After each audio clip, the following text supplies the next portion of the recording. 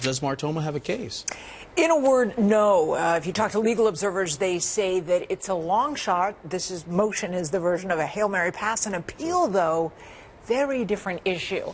And this case has an important distinction, particularly on appeal, because of all the insider trading cases that have gone to trial. This one did have weaknesses. Martoma's lawyers argue that the government failed to prove the information was non-public. The defense showed the secret drug trial info at issue had been previously published. They also argue that the government failed to prove requisite criminal intent. Now, unlike other cases, there were no emails about trades, no tape-recorded phone calls, and the government hung its case on the testimony of a key witness, a neurologist in the Alzheimer drug trials who admitted to memory problems. Now, Martoma's team also argues that pretrial publicity, that he was kicked out of Harvard for making phony transcripts, that biased the jury. And that will go to the question mark of, was the judge right in allowing that information out there? Well, Sue, talk to me about an appeal. How might the appeal differ from this latest motion? Well, the appeal gets into potential errors by the trial court.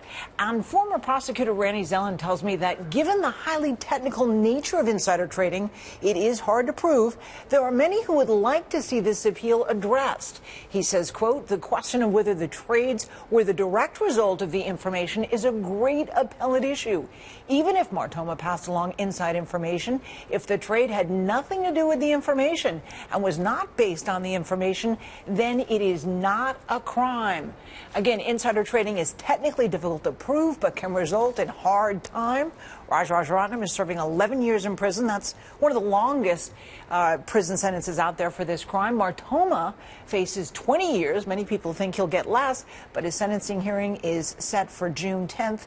Bottom line, you got to be in it to win it, these lawyers say, and the appeal could really have some traction here and will be interesting to watch. To be continued.